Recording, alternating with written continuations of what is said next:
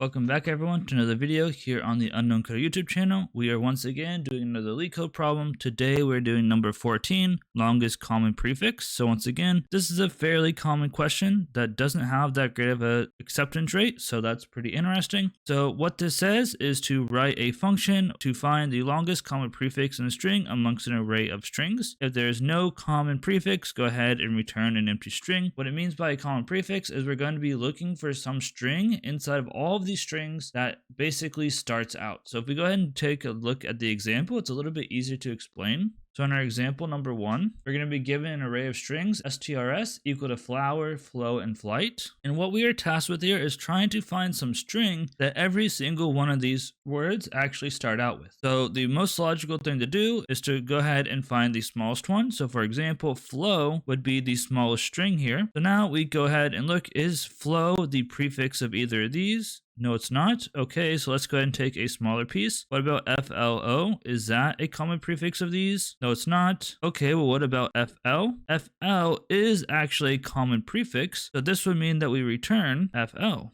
because they have FL in common for all of these strings. Let's go ahead and take a look at the second example. In example number 2, we're going to have an input strs equal to dog, race, car, and car. So this one, the smallest one is dog and car. If you actually take a look at either one of these, it's not going to match either of these. So there's no dog in either of these, obviously. There's no car in either of these. Technically, there's a car right here, but it's not a prefix. And the smallest value is either going to be D, R, or C, and obviously none of these words start with that same letter. So we can go ahead and just say return nothing. We want to return a negative string, so the output would equal to just an empty string because there's no common prefix. Let's go ahead and hop back up and take a look at our constraints before walking through our pseudocode. So this is another one of these ones that are fairly simple with the constraints. The first one stating 1 is less than or equal to str.length is less than or equal to 200. So just this means that the number of strings inside of strs is between 1 and 200. So it's not a massive one, although we are going to be having to do some bigger looping and stuff, so it might become a problem, but it's not too big of a deal. The next one states 0 is less than or equal to stri.length is less than or equal to 200. So this is just saying that the length of the strings inside the array are between 0 and 200 in length. So technically speaking, we are going to be doing some looping and things through different character sets and everything. So technically it could, worst case, be like 200 times 200 as the worst case. So it's pretty big, but in the sense of computers, it's not really all that bad either. So you can kind of go wild and try to figure out any solution that you want. You're not going to be constrained by making it O of n, for example. So once again, our goal is to loop through the array of strings and determine which part of every string matches inside that array, and then return it. And then obviously if there isn't one that matches, we'll just return that empty string. To solve this problem, there are once again a couple of ways. There's a very cheaty way using the indexOf method in the string class. Once again, I'm not going to be using that because I do want to kind of, implement my own here, or I want you guys to kind of learn, not just use something that's there. So we will go ahead and create our own method for this. We do cheat a little bit using one string method, but it doesn't do all the work for us, so it should be okay. And the first thing we need to think about with this problem is what the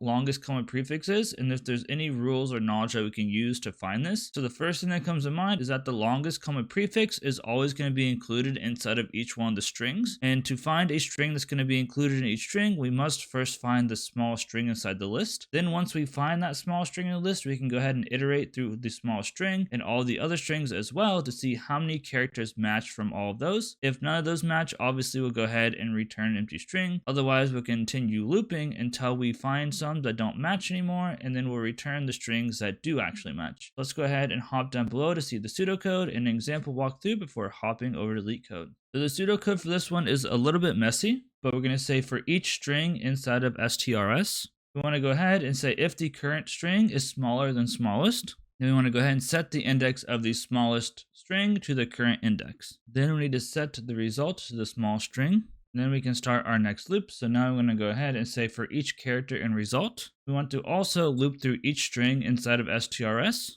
We want to go ahead and check to see if the current string starts with the result. If that's the case, we want to increment up or count up. Then outside of this second for loop, we want to check to see if the count is equal to the number of strings. If it doesn't, we want to go ahead and remove the last character from result and continue. And we'll continue until we basically run out of characters inside result. And then we'll go ahead and return result at the end. Like I said, a little bit crazy, and we are going to cheat a little bit with the starts with string method, but it is what it is. Let's go ahead and take a look at an example and see how this is kind of going to break down. So for example, we're going to go in strs is equal to flower, flow, and flight. So to start out, we're just going to go ahead and say for I equals 0, we'll start with smallest equal to flower, which is just the first index. And we'll go ahead and say stri is equal to flower. Flower is obviously not shorter than flower, so continue.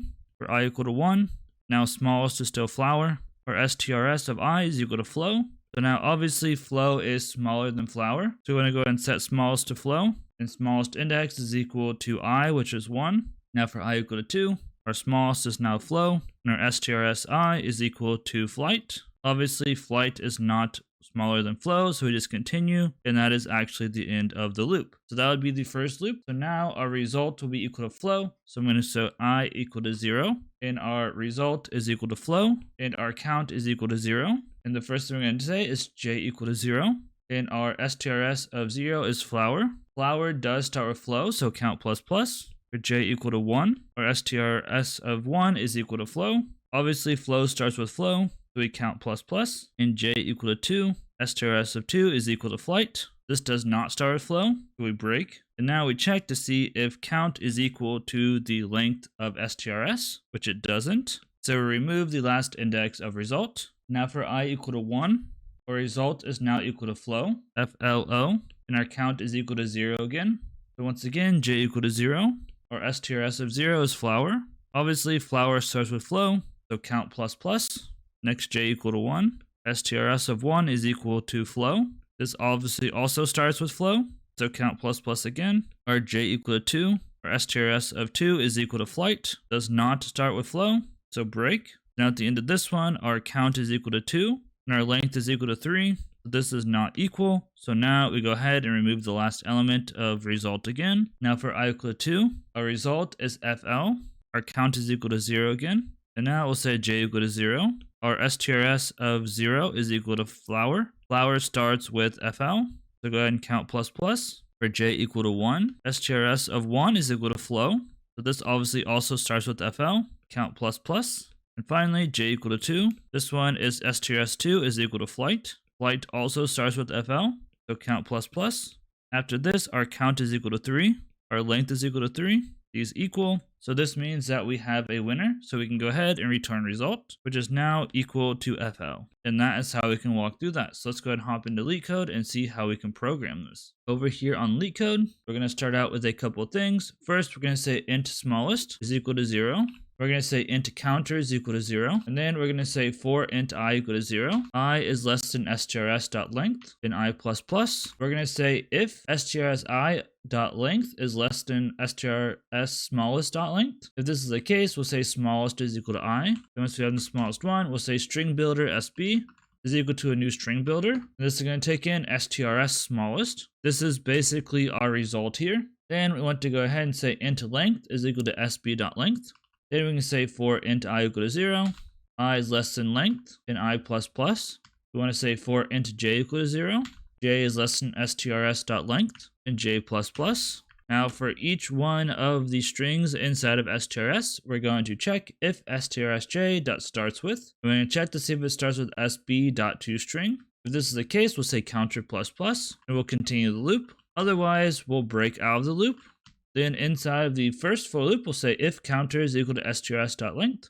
If this is the case, we'll return sb.toString. Otherwise, we'll say sb.delete charat. We're going to say sb.length -1. We'll also set counter to 0. Basically, it'll restart the loop. Now, if we don't end up returning here, we'll go ahead and just return sb.toString, or we could just return an empty string because we made it to the end and we didn't return anything, so it should just be an empty string. Now there's a lot of places for me to typo, a lot of method calls and non-method calls and whatnot, so hopefully I didn't typo anything. The compilation errors or the errors don't show up very well in LeetCode, so let's fingers crossed and try to submit. Oh cool, network errors, try again.